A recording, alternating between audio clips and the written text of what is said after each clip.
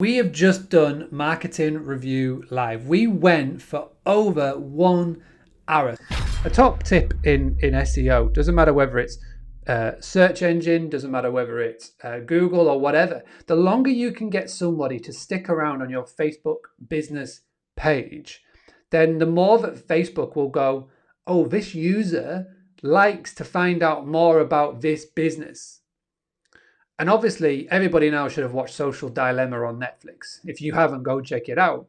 And the more that you are spending on the app, Facebook adores it. So if you can get more people to spend more time on your page, engaging with your posts and your content, then the more your business will be shown on Facebook.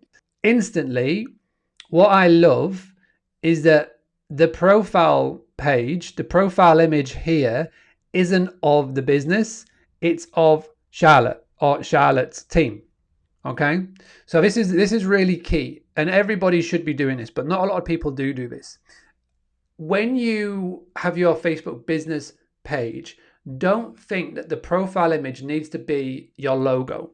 Please don't do that. You've got to add the personality behind your business, behind your brand.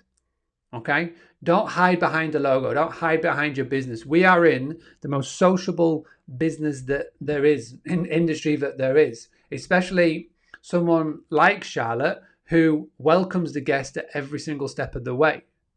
So when they arrive, because they will check out the Facebook page, the stats show over 75% of people will check out your Facebook page after the point of booking, then they can get acquainted to you and your personality and all of those things. And don't assume that your guests don't do that, because they do. They may not tell you that they do, but they do. So have that is key.